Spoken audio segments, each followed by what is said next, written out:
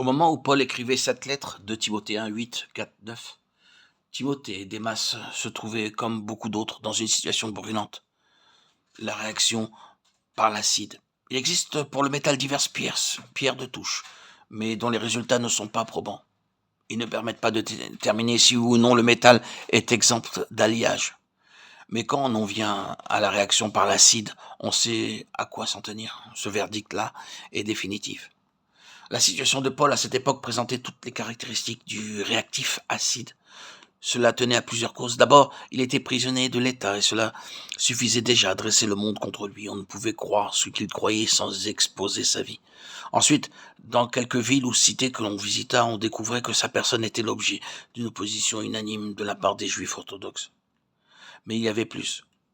Ce que cet homme avait contre lui, ce n'était pas seulement le monde, ce n'était pas seulement le système religieux qui, dans un sens, avait produit Christ et le christianisme.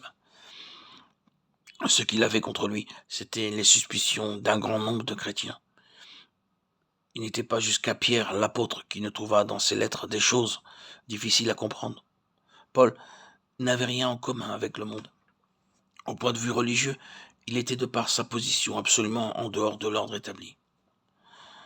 Dans son objectif aussi bien que dans ses méthodes. Il y avait quelque chose qui était plus céleste que terrestre, et qui était en tout cas si exclusivement spirituel, qu'il n'en fallait pas davantage pour entourer sa personne d'une atmosphère de suspicion et d'incompréhension. Tout cela faisait le vide autour de lui, ou à peu près. Pour un serviteur de Dieu, avoir des relations avec Paul, c'était compromettre son influence, faire naître toutes sortes de questions dans son entourage.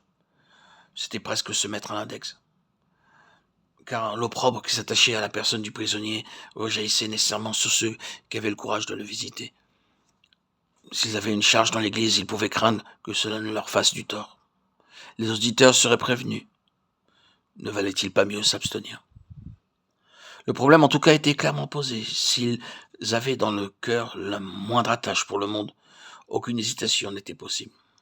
Comment y tenir en présence d'un homme aussi absolu? La seule chose qu'ils avaient à faire, c'était d'abandonner Paul à ses croyances, se détourner de cette pierre d'achoppement qui est toujours la croix dans la vie d'un saint et faire leur rentrée dans le monde. Ainsi fit Démas.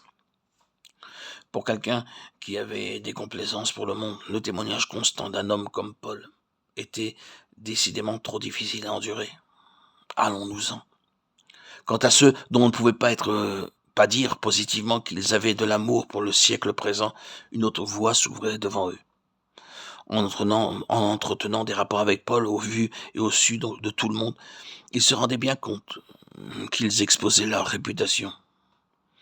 On en parlerait, et pour peu qu'ils eussent des perspectives de ministère, ils couraient le risque de voir ces portes se fermer. Pourquoi dès lors ne pas choisir le juste milieu, laisser ignorer autour d'eux la sympathie secrète qu'ils malgré tout les attachait à Paul? Ils pouvaient même aller jusqu'à s'en ouvrir à l'apôtre, protester de leur affection pour lui et de leur accord avec son enseignement, tout en lui faisant comprendre que pour des raisons d'opportunité, ils ne pouvaient pas se déclarer ouvertement pour lui. Dieu bénissait leur ministère et ils ne voulaient pas exposer l'œuvre de Dieu à des ennuis en prenant publiquement fait et cause pour lui. C'était, en somme, jouer double jeu. Restait une troisième et dernière alternative. Elle consistait à se faire une opinion personnelle sur le cas de l'apôtre de façon à en avoir le cœur net et à pouvoir décider si oui ou non Dieu était avec lui. Puis de se ranger courageusement à ses côtés, à quelque prix que ce fût, certain qu'à la longue Dieu ne manquerait pas de leur rendre justice. Une telle attitude ne saurait compromettre longtemps un vrai ministère de l'Évangile, car quand on tient son mandat de Dieu, il n'est aucune puissance, qu'elle soit terrestre ou satanique, qui puisse faire obstacle à l'accomplissement de notre tâche. Dieu y veille. C'est lui qui règne.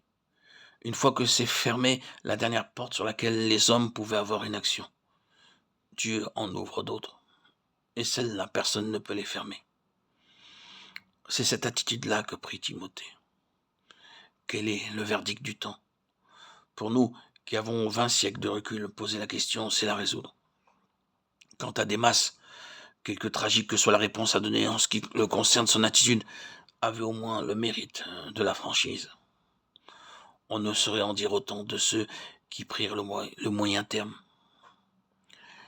À l'heure actuelle, bon nombre d'enfants de Dieu se trouvent obligés de choisir entre l'un ou l'autre de ces trois chemins. La partie qui se joue pour beaucoup d'entre eux est la suivante. Vont-ils biaiser avec leur relation et faire un compromis avec la lumière afin de conserver leur prestige, ou bien vont-ils payer à la vérité le prix qu'elle exige, accepter de tout perdre, se placer ainsi au bénéfice des ressources éternelles de Dieu? Si oui, l'universel antagonisme des hommes et des démons ne pourra rien contre leur attitude. Le verdict du temps, à défaut d'autre, attestera qu'elle était bien de Dieu, et elle portera des fruits éternels.